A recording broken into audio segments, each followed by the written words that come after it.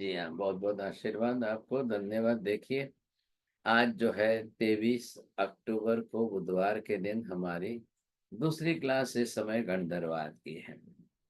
जैसे कि हम यहाँ पर सातवें गणधर मौर्य पुत्र का विषय चालू कर रहे हैं, तो यहाँ पर आपने देखा कि उनकी भूमिका क्या है।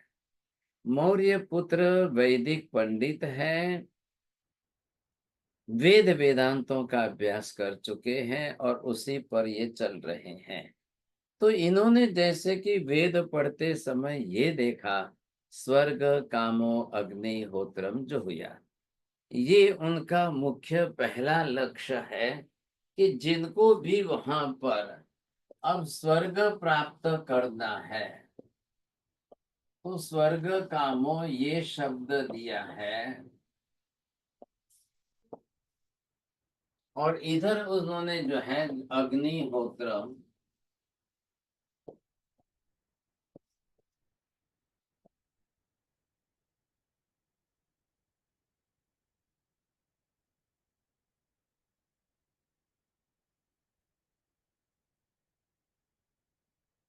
जो ऋग्वेद आदि के उनके वेद हैं, अब उनके अंदर मुख्य रूप से ये शब्द आया है, ये वाक्य है उनका।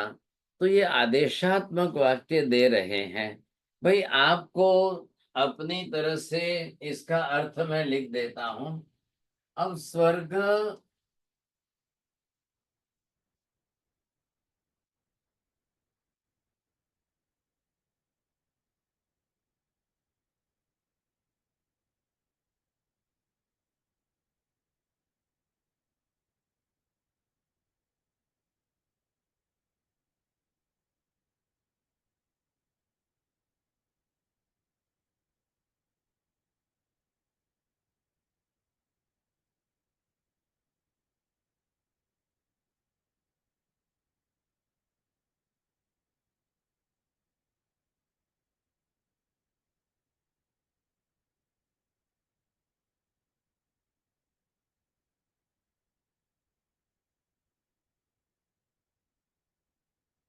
हाँ जी पढ़िए साहब, कहाँ चले गए?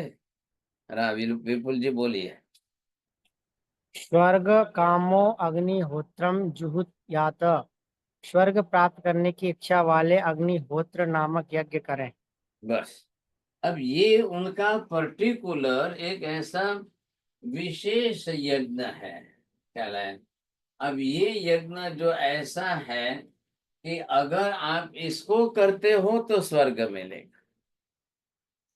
तो ये क्या हुआ, इधर देखिए, कार्य कारण भाव का संबंध आपको बैठाना पड़ेगा कि अब ये जो है कारण है, अग्निहोत्र यज्ञ कारण है। ये अपने आप में स्वर्ग जो है ये कार्य फल है।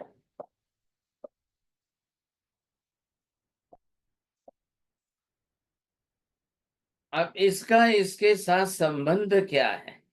पहली बात, थोड़ा ध्यान से समझिए मेहता जी। भाई इनको अग्निहोत्र तो खुद कर रहे हैं, मतलब क्या कर रहे हैं कि आग लगा करके यज्ञ कुंड बनाया, अग्नि किया, उसमें आहुति देना है। ये जो शब्द आया ना इसमें जुहुया, बोले ये आहुति देना है। तो जो करते हैं, अब जिनकी इच्छा स्वर्ग प्राप्ति की है ऐसा, आपने कभी ध्यान से सुने हैं ऐसे ब्राह्मणों के नाम या विशेषणवाची ऐसे शब्द कि जिसको आप ये कहेंगे कि ये अग्निहोत्री ब्राह्मण है?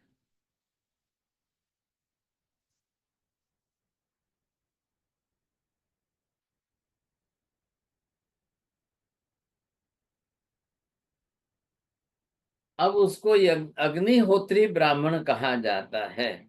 भाई आपने अग्निहोत्र यज्ञ किया है, आग रखनी है, आहुति देनी है, रेगुलर आपको देते रहिए, तो आप स्वर्ग को प्राप्त कर लेंगे।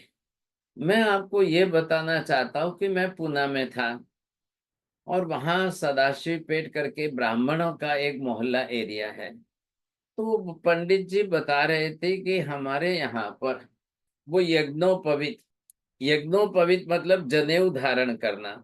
अब वो जनेऊ धारण कर लेने के बाद प्रतिदिन भोजन करने के लिए उसकी थाली में जो पिरोसा गया है, अब उसमें से दो दो चार चार दाना सबका निकाल करके सगड़ी, जो चूल्हा है सगड़ी है उसमें डाले, आहुति दे। और वो आहुति देते समय अपने लिए स्वर्ग की कामना करे। कामना मतलब इच्छा है। तो वो वहां पर कहते हैं कि हम हमेशा प्रतिदिन बिना अग्नि में आहुति दिए बिना रोटी सब्जी दाल चावल भोजन नहीं कर सकते हैं। तो हमें करना ही करना है बस।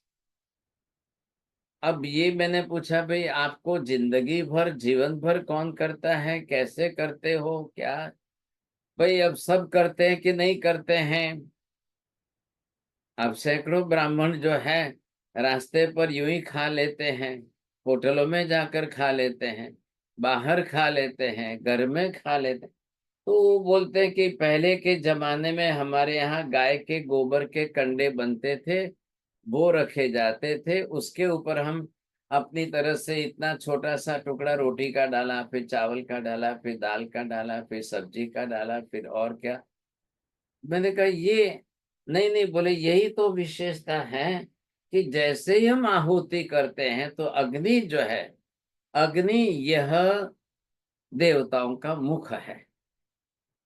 जो देवी देवता वहां पर है ये उनका मुख है। तो मुख है मतलब हमने डाला तो देवों को अर्पण किया। मैंने कहा पंडित जी आप तो इतना खाते हो, चार रोटी खाते हो, सब्जी दाल चावल खाते हो, और आपने तो इतना सा टुकड़ा एक दाना चावल डाला एक। अरे बोले मैं अकेला थोड़ी डाल रहा हूँ, हजारों लाखों ब्राह्मण डाल रहे हैं, देवताओं का पेट भर जाता है। बस उनको थोड़ी खाना है, वो तो वहां से देख रहे हैं कि इन्होंने मेरे लिए किया कि नहीं किया। तो वो वहां से देख रहे हैं देवलोक के देवता। अब उन्होंने देखला कि ये व्यक्ति स्वर्ग कामो, स्वर्ग प्राप्त करने की इच्छा वाला है, इसने आहुति दी है। अब वो फिर जो है इनको स्वर्ग में ले जाएंगे। अब हिंदू धर्म की मान्यता है, पहले ध्यान से समझ लीजिए। अब जब यमराज किसी लेने आएंगे तो चित्रगुप्त धर्मराज जो उनको भेजेंगे तो वो देंगे, तब चिट्ठी में लिखेंगे भाई साहब कि ये अग्निहोत्री ब्राह्मण है, इनको लेके आओ, इनको डायरेक्ट ऊपर के स्वर्ग में ले जाना। ऐसी उनकी धारणा मान्यता है। अब इसका अपोजिट वो क्या कहते हैं कि जिस ब्राह्मण ने ऐसा नहीं किया, अग्निहोत्र यज्ञ नहीं किया, फिर वो स्वर्ग स्वर्ग में नहीं जाएगा।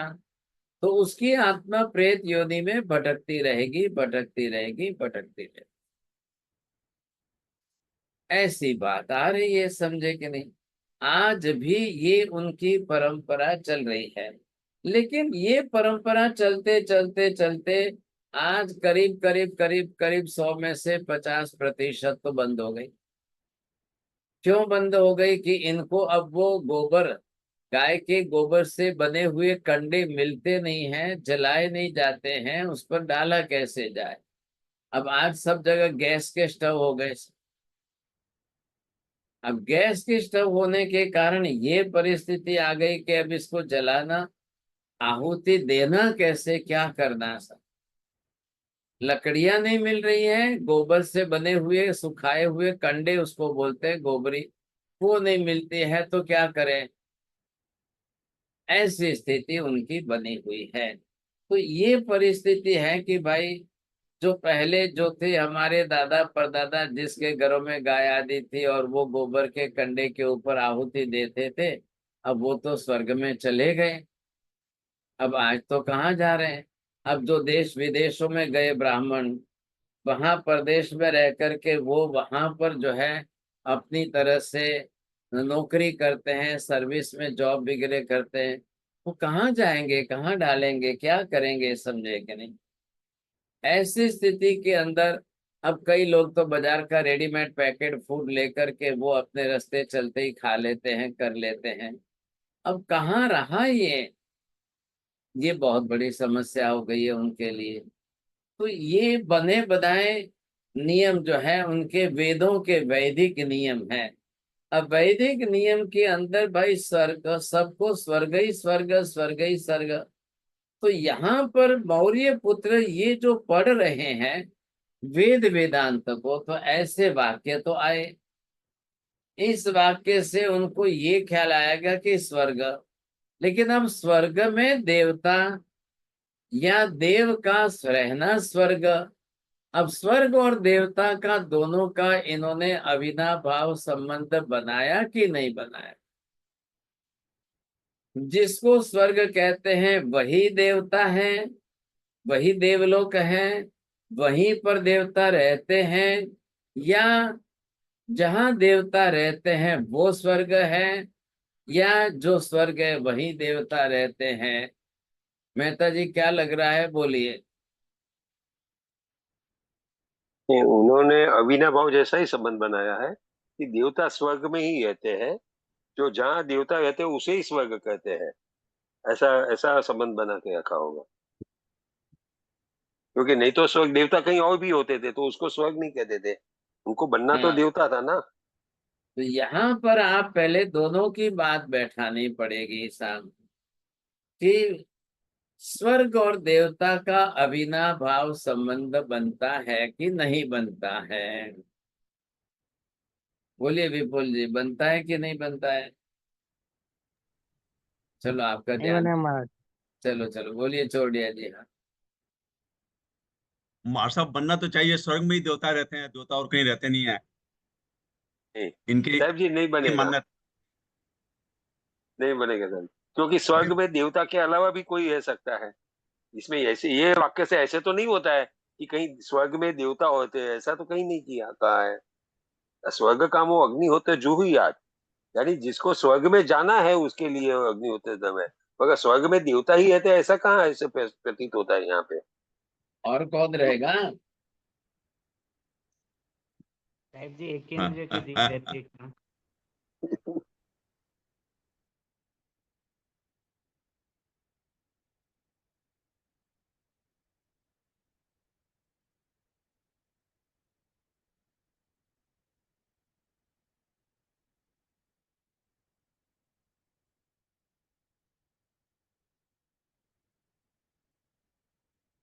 चलिए पढ़िए मेहता जी।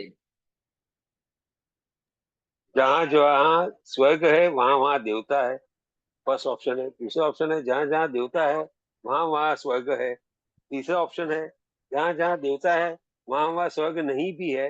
और चौथा ऑप्शन जहाँ जहाँ स्वर्ग नहीं भी है वहां वहां देवता भी नहीं है। अब बैठाइए, बात बैठाओ, अर्थ तो बैठाओ, पढ़ तो लिया। जहाँ- बोलिए विपुल जी, अर्थ बैठाएंगे। जी महाराज साहब, जहाँ जहाँ स्वर्ग है वहाँ वहाँ देवता है, तो ये तो बात सही है महाराज साहब। जहाँ जहाँ स्वर्ग होते हैं वहाँ वहाँ देवता होते ही है। अब जहाँ जहाँ देवता है वहाँ वहाँ स्वर्ग है, तो ये बात तो गलत है, क्योंकि देवता तो कहीं भी हो सकते। नरक में भी देवता असुर कुमार जाति के देव है, मनुष्य या यहाँ भी है, मनुष्य लोक में और यहाँ पे मतलब, तो जरूरी नहीं है कि वो स्वर्ग में ही हो देवता। तीसरा है कि जहाँ जहाँ देवता है वहाँ वहाँ स्वर्ग नहीं भी है, स्वर्ग नहीं भी है। तो ये भी सही है महाराज साहब। नहीं नहीं, ये भी गलत है, क्योंकि स्वर्ग होना, स्वर्ग भी जरूरी है। और जहाँ जहाँ स्वर्ग नहीं भी है वहाँ वहाँ भी देवता नहीं है। ये भी गलत है लास्ट वाला। आपने तो तीसरा गलत क्यों किया है? महाराज साहब दूसरा और तीसरा सही है, पहला और चौथा गलत। मैं बोलूं गुरुजी? पहले बोल रहे, आपको तो तैयारी है, मैं समझ गया। इतनी देर हाँ जी, कैसे लग गई आप? जहाँ जहाँ स्वर्ग है वहां वहां देवता अवश्य हैं, और जहाँ जहाँ देवता है वहां वहां स्वर्ग है, ये जरूरी नहीं है, क्योंकि देवता और तीनों लोक में भी हैं। और जहाँ जहाँ देवता है वहां वहां स्वर्ग नहीं भी है। हाँ जी। अब जैसे धरती लोक पे भी है, नरक में भी है, तो वो स्वर्ग लोक नहीं माना जाएगा। और जहाँ जहाँ स्वर्ग नहीं भी है वहां वहां देवता नहीं है। हाँ जी, ये भी सही है, जहाँ जहाँ स्वर्ग नहीं है वहां देवता देवता हैं गुरुजी, ये गलत हो गया। अब पहले मेहता जी ये ध्यान दो, मौर्य पुत्र स्वामी जी का प्रश्न देवता के बारे में है कि स्वर्ग के बारे में? उनका देवलोक है कि नहीं ये था, स्वर्ग है कि नहीं ये प्रश्न है। स्वर्ग के बारे में नहीं पूछ रहे, वो देव के बारे में उनका प्रश्न है। यहाँ क्या हुआ, स्वर्ग कामो। तो ये महावीर ये पूछ रहे हैं इनको कि भाई आप रहने का स्थान तो मान रहे हो, लेकिन वहां रहने वाले को नहीं मान रहे हो। अरे थोड़ा सा ध्यान दीजिए बात। आप स्वर्ग को मानने को तैयार हो, लेकिन अब वो स्वर्ग में देवता का अविनाभाव मानने को आप क्यों नहीं तैयार? तो पहले में और दूसरे में फर्क क्या है? आपका उद्देश्य किस पर है? पहले कार्य कारण भाव, स्वर्ग और देवता, हाँ जी, इनका दो का कार्य कारण भाव क्या बैठेगा? बोलिए बीना बहन जी। हाँ, um, कार्य कारण भाव, कार्य is देव and कारण is स्वर्ग, sorry महाराज। स्वर्ग और देव दो के बीच में कार्य कारण भाव है या आधार आधे भाव है? ये पहले अर्थ करिए, समझे कि नहीं? बोलिए। सब ये आधार आधार आधे आधे भाव है। हाँ, आधार आधे भाव बैठता है, कार्य कारण भाव क्यों नहीं बैठता है? क्योंकि महाराज कारण साहब is इसमें कर्म। कार्य नहीं हो रहा है, कारण कहाँ से बैठा है? हाँ, क्या बोला आपने विपुल जी? महाराज साहब इसमें कोई कार्य नहीं हो रहा, तो कारण बैठाने की कोई जरूरत ही नहीं पड़ेगी। भाई कार्य कारण भाव का मतलब क्या हुआ? देव के लिए स्वर्ग कारण है कि कार्य, या स्वर्ग के लिए देव कारण है कि कार्य है?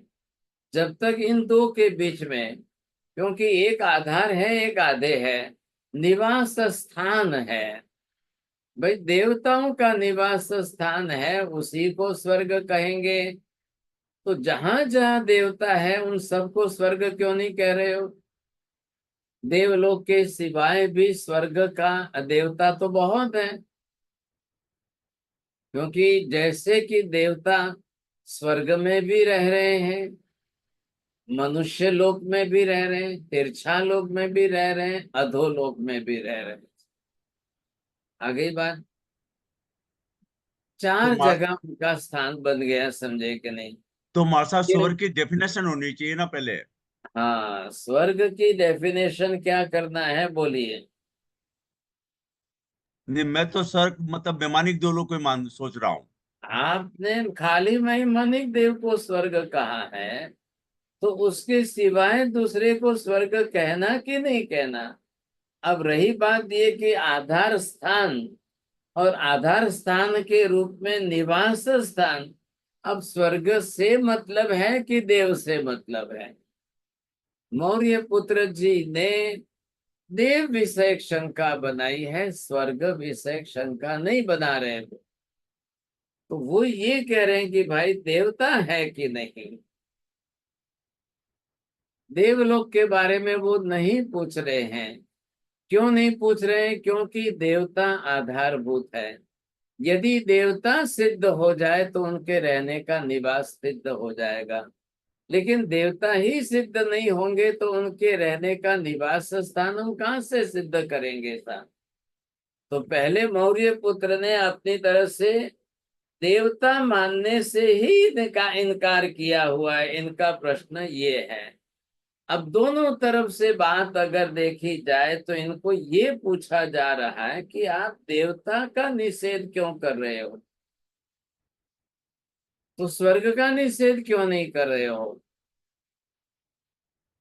आधार आधे भाव के संबंध से देखा जाए तो आप दोनों का निषेध करिए ना। मौर्य पुत्र जी ने उत्तर क्या दिया? भाई देवता कभी दिखाई नहीं देते हैं, देवता कभी आते नहीं हैं, और हमारे यहाँ सभी मंत्रों के अंदर, यज्ञ याग के अंदर, होम हवन के अंदर देवताओं को आमंत्रित किया जाता है, बुलाया जाता है, देवता आते हैं और उनके लिए उनके हिसाब से आहुति दी जाती है, दूध पाक बनाया जाता है, घी डाला जाता है, धुआं ऊपर जाता है। तो धुआं ऊपर जाता है मतलब स्वर्ग में ही जाता है, नहीं तो अगर स्वर्ग नहीं है तो धुआं कहाँ जाता है? अब उनको ये पूछा जाए कि जहां धुआं जाता है वो स्वर्ग है? आप स्वर्ग के अस्तित्व का आधार धुआं को बनाएंगे? फिर विचार में पड़ गए भाई साहब, क्या करूं? तो जहां धुआं जाता है तो धुआं कहाँ तक जाएगा? धुएं का जाने की लिमिट कितनी, कहाँ तक की रहेगी? तो भाई स्वर्ग बता देना पड़ेगा आपको फिर। ये देखो, ये देखो, ये यहां तक धुआं जा रहा है तो यहाँ स्वर्ग बताएंगे आप? जहां जहां धुआं वहां वहां स्वर्ग, जहां जहां स्वर्ग वहां वहां धुआं, ऐसा अविनाभाव संबंध बैठेगा क्या? मेहता जी बोलिए, समझ रहे हैं कि नहीं? आप ध्यान देना पहले, जी क्योंकि हाँ जी ये तो समझना है। जी जी सर जी। क्योंकि जो जुहुयात, अब जुहुयात तो यज्ञ याग में आपको आहुति डालनी है, और उन्होंने वहां वेदों के अंदर ये आधार बना दिया है। भाई देवताओं को पता कैसे चल रहा है कि ये यजमान मेरे लिए इस प्रकार का यज्ञ कर रहा है? ये देवता को कैसे पता चला? तो वो बोलते हैं धुआं से ही पता चला है। क्यों धुआं से क्यों पता चला? तो उन्होंने कहा धुआं ही तो ऊपर उठा है। अब यहाँ इनके यहाँ पर व्यवस्था क्या है कि ये जो मंडप बनता है, अब इस मंडप के बीच में यहाँ पर जो है ये दरवाजा खुला रखते हैं। अब यहाँ नीचे जो है ये इनका यज्ञ कुंड बना हुआ है। अब ये यज्ञ कुंड है और यहाँ पर जो है जो आहुति डालते हैं तो ऐसे धुआं ऊपर उठता है। अब ये धुआं जहां जाता है उनको स्वर्ग है, तो स्वर्ग में जाता है, देवता धुएं में से सुगंध लेते हैं। इन्होंने घी डाला है कि तेल डाला है, आहुति डाली है या दूध पाक डाला है, दूध पाक का ग्लास रखा है कि नहीं हमारे लिए, क्या क्या रखा है, कैसे रखा है, ये सारी बात उनको जो है। तो अब प्रश्न आधारभूत कारणीभूत निमित्त आया कि हाँ चलो भाई साहब हम धुएं को आधार मान लेते हैं। तो धुआं कहाँ तक रहेगा साहब? आप धुएं को 1 माइल तक जाते हुए देखेंगे कि वो हवा के अंदर फैल जाएगा। ऊपर भी तो हवा है, सर्वत्र हवा है। हवा का प्रमाण जहां जहां सर्वत्र है वो वहां पर उसको फैलता हुआ देखा, फैल गया, निकल गया, चला गया। अब धुआं स्वर्ग में गया कि नहीं गया? या तो क्या करिए, आप 1-2 किलोमीटर के ऊपर एक प्लेन को खड़ा रखो, हेलीकॉप्टर को रोको वहां पर, अब यहाँ से आहुति दीजिए और उसका धुआं ऊपर जाए। अब वो प्लेन में बैठे हैं, उनको पूछिए भाई साहब क्या आपको वहां पर धुएं की गंध सुगंध कुछ आ रही है कि नहीं आ रही है? वो कहाँ से बताएंगे आपको? 1-2 किलोमीटर तक कुछ भी नहीं आएगी। 1 किलोमीटर तक जाने में 1000 मीटर होते हैं, वहां तक तो धुआं फैल गया। अब वहां सुगंध तो पहुंचनी नहीं है साहब। तो जो आधार आदे भाव संबंध बनाया जाता है, कार्य कारण भाव का जो संबंध बनाया जा रहा है, उसमें तो वहां कुछ भी बैठता ही नहीं। अब आप कैसे बताएंगे? ये प्रश्न आ रहा है, ये प्रश्न आ रहा है कि आप कैसे बताएंगे साहब पहुंचा कि नहीं पहुंचा, क्या पहुंचा क्या नहीं पहुंचा, कैसे पहुंचा है कैसे नहीं पहुंचा है। ये बताने के लिए उनके पास बहुत बड़ी समस्या है। तो ये थोड़ा असमंजस में पड़ गए मौर्य पुत्र स्वामी। अब ये कह रहे मैं स्वर्ग मानूं और देव न मानूं, या देव मानूं और स्वर्ग न मानूं। अरे ये बात ध्यान में आपको। अब ये मैंने अव्याप्ति के हिसाब से बैठाया है। अब इन चार बातों को बैठाइए और फिर आपको ये ख्याल आ जाना चाहिए। अब इसके आधार पर ही आपको देखना है कि यहाँ पर नंबर 1,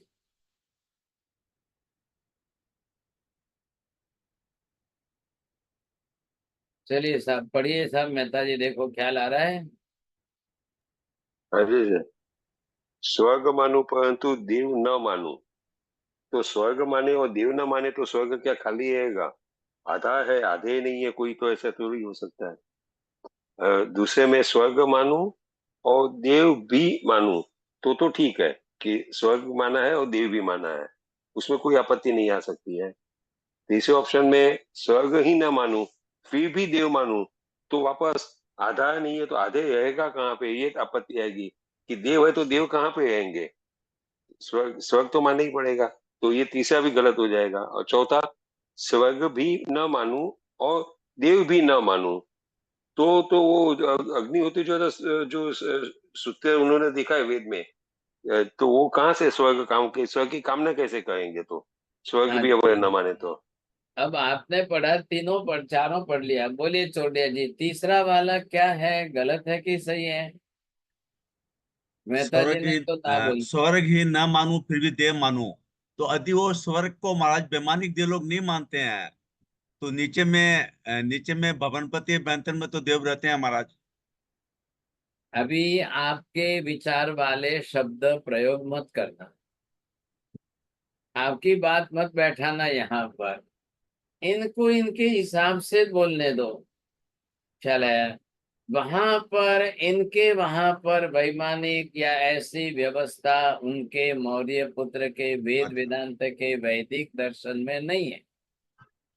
आप अपनी मान्यता, अपना ज्ञान जान गए तो उधर उधर शब्द ऐसे जोड़ेंगे तो आगे विषय नहीं चलेगा, फिर आप पकड़ के बैठ जाओगे। तो महाराज साहब, स्वर्ग यदि आप नहीं मानेंगे तो फिर देवता देवता रहेंगे क्या? देव का वही तो स्थान क्या होगा? आपको सोचना है। एक विचार करने का पॉइंट मिल रहा है, उस पर विचार करिए।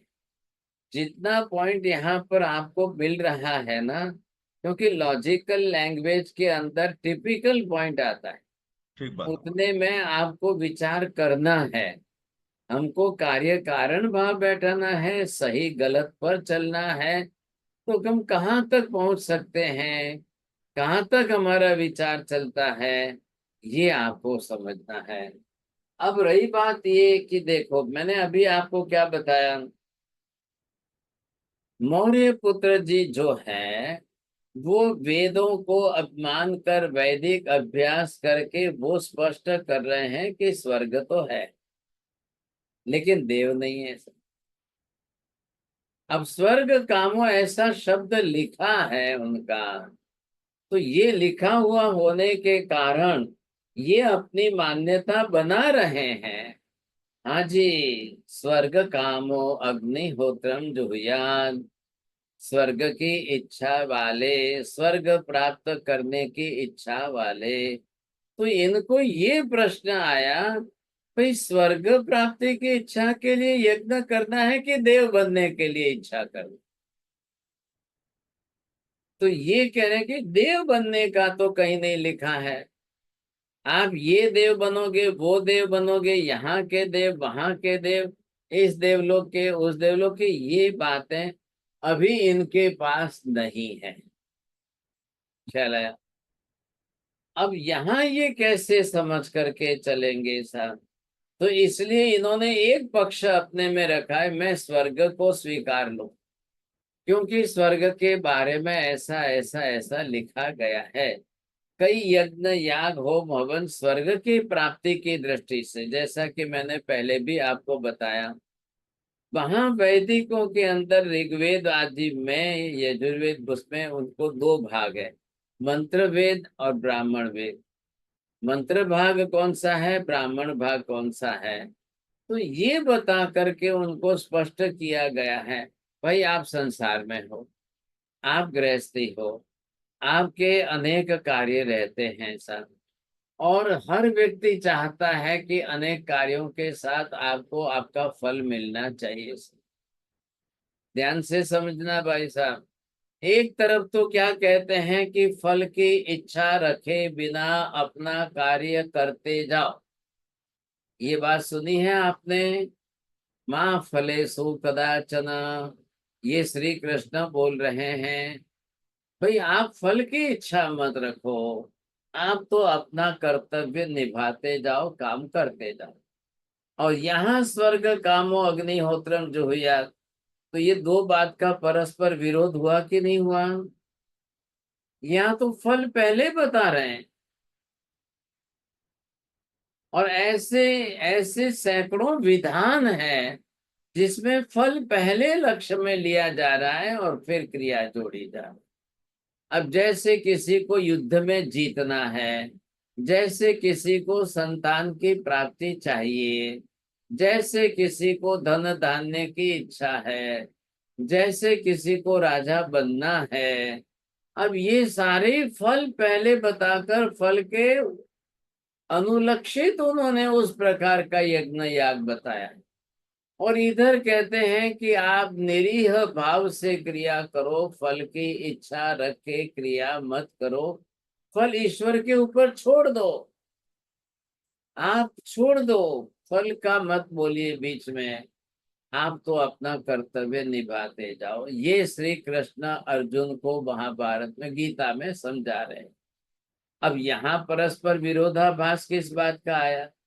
यहाँ तो प्रत्येक में फल पहले निर्धारित करके उसके अनुरूप ही आपको यज्ञ करना है, वही यज्ञ करना है। भाई आपको चॉइस दी जा रही, ये देखो, ये 1000 जात के यज्ञ है, 1000 प्रकार के यज्ञ है, आपको कौन सा करना है? तो आपको उसमें से कौन सा चुनना है?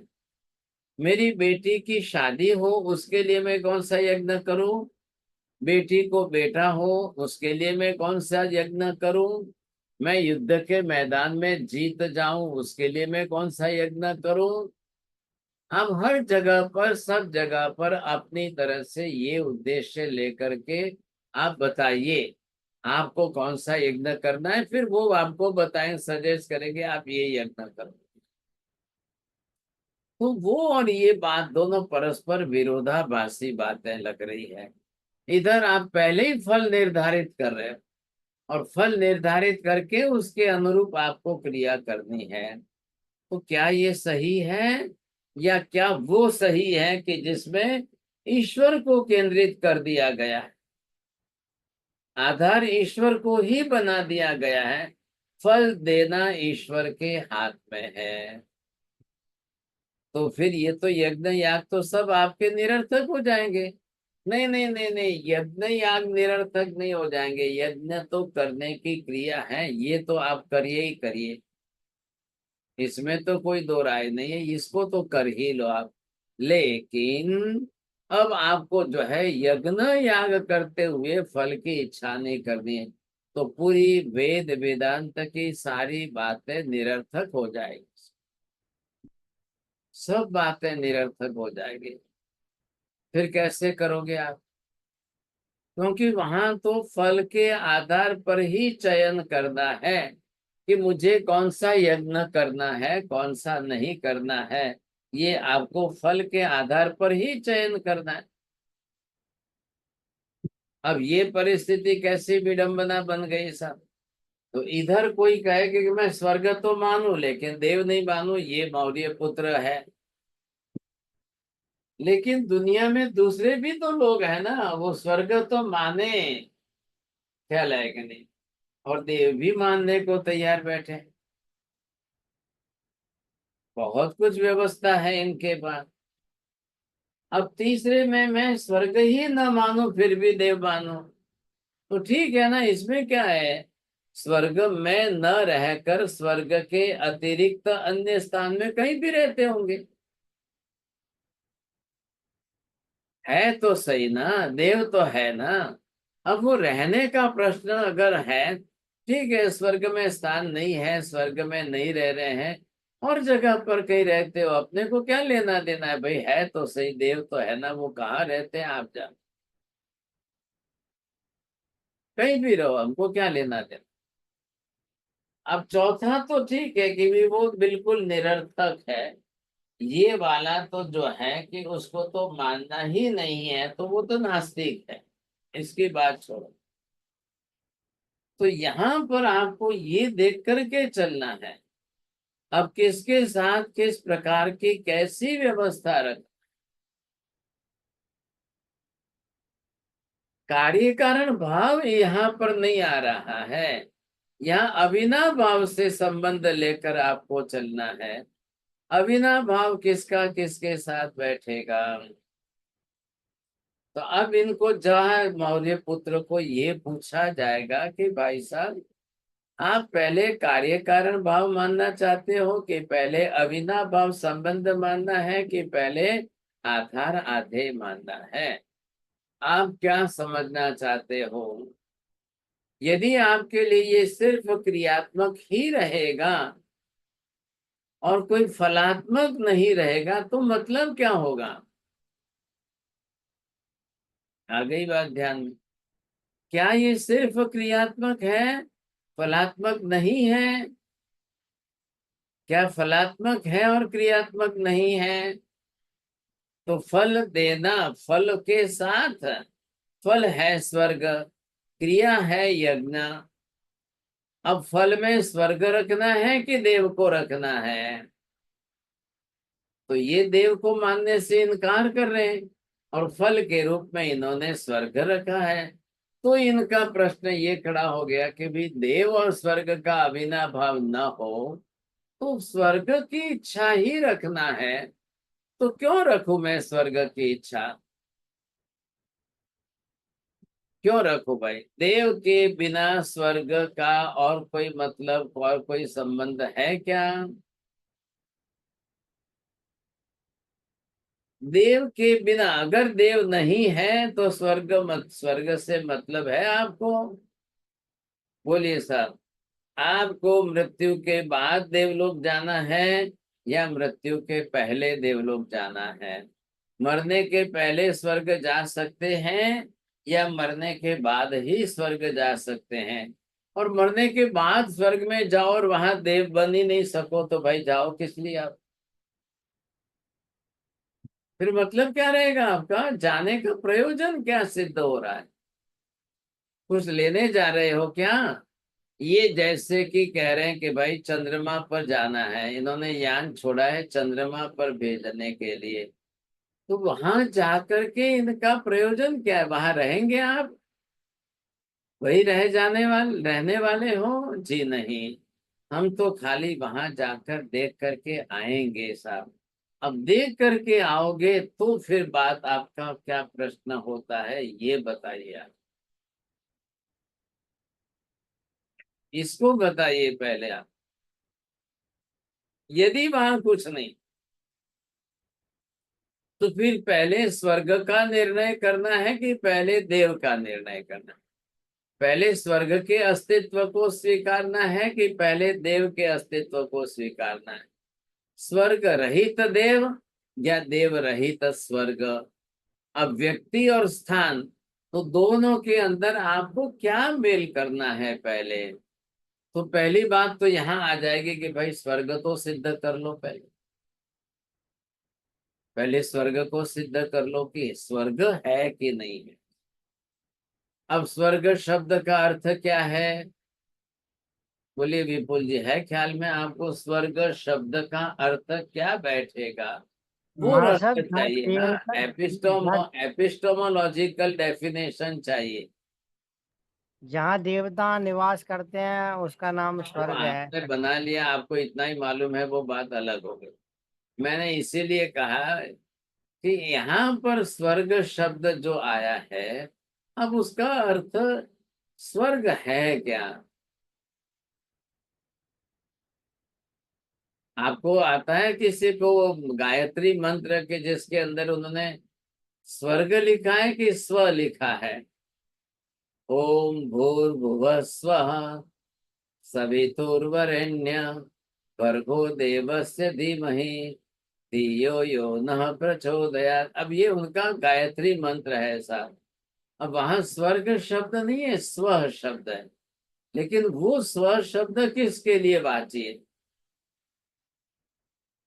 है किसी को ख्याल है? मेहता जी बोलो। स्वर्ग सुख का वाची है, इसलिए स्वर्ग में स्व का सुख, स्व का नहीं, सुख वहां वाची स्व अपने या स्वयं स्व स्व आत्मा के अर्थ में नहीं है भाई साहब। नहीं, स्व अपने सुख के लिए अर्थ में। अपने आत्मा के लिए वाची शब्द नहीं है। भूर भुव स्व ऐसा है। महाराज साहब स्वाहा चढ़ाने के अर्थ में है क्या वहां पे? अरे स्वाहा नहीं है, स्व है। स्वाहा। स्वाहा होता तो बात अलग थी। सुख, सुख का वाचक शब्द है सुख। अब आपको मालूम हो तो, नहीं तो किसी को पूछ लेना ना आप, इससे क्या बात है। गायत्री मंत्र उनका है, वो सूर्य के बारे में है। तो वो क्या है उसका अर्थ आप जान लीजिए, पहले आपको ये ख्याल आएगा। यहाँ पर किसकी बात चल रही है? अब प्रश्न ये आ रहा है कि मौर्य पुत्र जी का डाउट कहाँ से उपस्थित हुआ? ये डाउट है कि निर्णय है इनका? डाउट कब के तैयार होता है? कहीं कंफ्यूजन होगा तो डाउट होगा, नहीं तो कैसे होगा आसान। तो पहले वो हमको खोलना है विषय। पहले आप इनका अपना मत क्या है? मौर्य पुत्र वैदिक ब्राह्मण पंडित है, इनका मत क्या है? इनका मत मतलब इनकी मान्यता है। अब इनकी मान्यता पहले क्या थी और बाद में क्या हुई, बदल गई कि शंका हुई? अब शंका हुई तो कैसे शंका हुई, ये हमें खोलना है पहले। थोड़ा सा लगेगा टाइम, इंट्रोडक्शन हम कर लेंगे, इसमें से खोलेंगे विषय। फिर इनके डाउट के बारे में, क्योंकि डाउट कब तैयार होगा? परस्पर विरोधाभासी विरोधाभासी वाक्य आएंगे तब हो। Due to the contradictory statement. अब कहाँ कॉन्ट्रास्ट होता है, किसका किसके साथ कैसे होता है, ये पहले हम करेंगे, समझेंगे, तब जाकर बात होगी, बनेगी। फिर हम कल अगले क्लास में शुरू करेंगे। भाई साहब बोलिए चौड़िया जी, हाँ क्या पूछे? महाराज साहब मुझे ऐसा लग रहा है कि इनको भी समझाने में काफी क्लासें लगेगी। अरे भाई साहब वो प्रश्न, पहले प्रश्न करो ना, आप पहले भविष्य क्यों बात रहे हो? अच्छा महाराज साहब, आप जो गीता की बात बोले, तो महाराज साहब गीता तो अलग चीज हुई, वेद तो अलग चीज हुई। गीता में श्री कृष्ण जी बोल रहे हैं, तो वेद की बात तो अलग हो गई नहीं महाराज? तो उससे क्या, पुस्तक अलग हो गई तो मत अलग हो गया क्या? ये क्या बात कर अच्छा। दी आपने? पुस्तक अलग होने से मत कहाँ अलग हुआ? वैदिक अच्छा। दर्शन तो दोनों में वही है। अच्छा, दर्शन वही है। वेद वेदांत का वैदिक दर्शन है। वो जो उनकी मान्यता अपनी है, जो गीता में बोली है, उससे वेद अलग है क्या? नहीं, मुझे नहीं मालूम। अच्छा। हाँ ये बात है ना, उससे हाँ कोई हाँ। किताब के नाम से मत आप डरिए अलग अलग। पहले आपको विषय समझना है, उनकी दार्शनिक मान्यता जो है वो लेकर चलिए ना, आपको ख्याल आ जाएगा सब। ठीक है महाराज। हाँ ठीक जी है। बोलिए साहब, किसको पूछना है?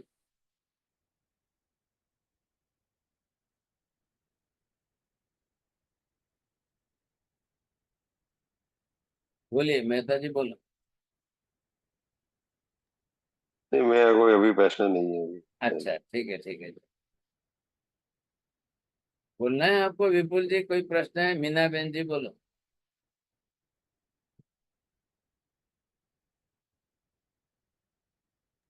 सर जी, यहाँ पे स्वर्ग का क्या अर्थ आपका, आप कहना चाहते हैं स्वर्ग का अर्थ क्या नहीं लिखा है, वो नहीं, बता दीजिए। स्वर्ग और स्व, भूर्भुवः स्व स्वः, स्व वहां पर शब्द, ये उनके मंत्र का जो शब्द है वो ध्यान में लो ना, ख्याल आया कि नहीं? अब यहाँ स्वर्ग शब्द अलग है, तो स्वर्ग की भी डेफिनेशन हमको, मतलब एपिस्टोमोलॉजिकल डेफिनेशन है, वो निकालनी है, बस बात इतनी सी। चलो निकालेंगे अगली नेक्स्ट क्लास में, वो भी आएगा। बोलो काका। સાહેબ થોડું સમજવા માંગુ છું. આપણે જ્યારે આપણે કાર્ય ભક્તિ કરીએ છીએ, આપણે ક્રિયા કરીએ છીએ, તો આપણે કર્મની નિર્જરા માટે કરીએ છીએ અને પુણ્ય પણ થાય છે. તેમાં આધાર આધે જેવું કંઈ થાય ખરું કે ખાલી ફળ માટે જ કરીએ છીએ? ના, તમે જ્યારે કર્મ ક્ષય નિજરા માટે કરો ત્યારે બરોબર ઈ લક્ષ્ય રાખો ને. હા, બરાબર છે. તમારે કર્મ ક્ષય કરવો છે, નિજરા કરવી છે, તો પછી બીજો પુણ્ય બાંધવાનો વિચાર વચ્ચે નહીં લાવવાનો. અને બરાબર છે. પુણ્ય બાંધવા માટે કરતા હો તો એ ઉદ્દેશ્યથી કરવી, એટલે એનો પ્રશ્ન ન રહે. હા, પણ આપણે તો ઘણી વાર જાણતા બી નથી હોતા, રોજ ભક્તિ કરતા હોઈએ છીએ આપણે, અને એમ જ ઈચ્છા હોય કે ભાઈ આપણા કર્મની નિર્જરા થાય છે. બસ બસ એટલે બરોબર છે. ઓકે, બતર વંદામી સાહેબ. નમો અરિયંતાણમ, નમો સિદ્ધાણમ, નમો આયર્યણમ, નમો વજ્રાયણમ, નમો લોહે સબ્બ સાહુનમ, એ સુપંચ નમકારો સર્વ પાપનાશનમ, મંગલાણમ ચ સર્વે સિંપડમમ હવૈ મંગલમ. મંગલમ ભગવાન વીરો, મંગલમ ગૌતમ પ્રભુ, મંગલમ સ્થૂલિભદ્રાજ્ઞ જૈન ધર્મોસ્તુ મંગલમ. ચત્તારી મંગલમ, હરિહંતા મંગલમ, સિદ્ધા મંગલમ, સાહુ મંગલમ, કેવલી મદ્નતો તમો મંગલમ. ચત્તારી લોકોત્તમ, હરિહંતા લોકોત્તમ, સિદ્ધા લોકોત્તમ, સાહુ લોકોત્તમ, કેવલી પન્નતો તમો લોકોત્તમ.